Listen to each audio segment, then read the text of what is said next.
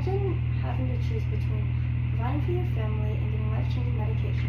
Unfortunately, this is not a rare occurrence, but reality for millions of people across the world, including those in the United States. We often hear that healthcare is a privilege, but I'm here to argue the opposite. Healthcare is a basic right to humans that everyone deserves access to, regardless of geography, income, and status.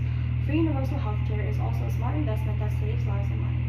Here in the United States, there are tens of millions of people uninsured.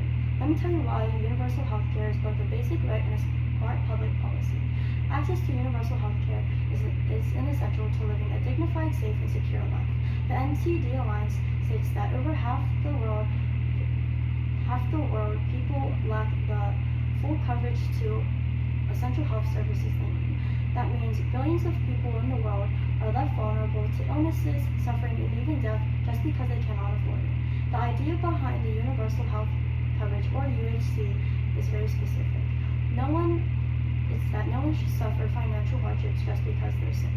World Health Organizations and United Nations both recognize that healthcare is a human right, not a service for sale. While the argument appeals to basic human rights, there's also powerful financial aspects in this case. The UHC systems are often seen as more expensive, but that's not the case. They are more efficient and less costly than privatized systems like we have here in the United States. A 2024 NIH study finds that countries with UHC have reduced national disease burdens and financial strains on society as well as the government. This is because preventive care is cheaper than emergency care. When people can go to the doctors early, they can avoid complications which can lead them to be hospitalized. It's the difference between treating high blood pressure with a prescription or waiting for it to cause a stroke and having to pay for surgery and then the lifelong terms of aftercare. Lastly, administrative cost care is cheaper in public systems rather than privatized ones.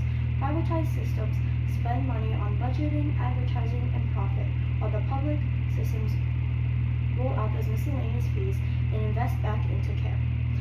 Although the financial benefits are important, the ultimate goal is improving lives, and what matters the most is having a healthy society. According to a study in the Lancet Public Health, UHC leads to lower mortality rates from the non-communicating diseases like heart disease and cancer. These diseases are preventative and treatable with regular medical care, but they can become deadly when that care is delayed. The Union for International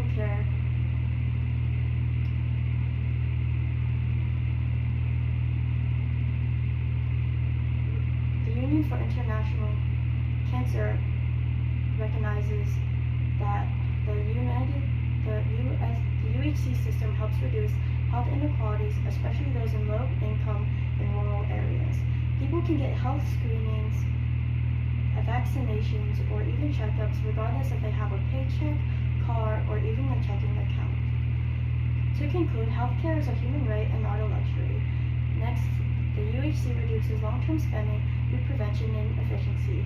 And lastly, UHC leads to greater equality and overall health outcomes for the entire population. A healthier society is a stronger society, and it is not a dream, but only an achievable goal. The question isn't if we can afford it, it's if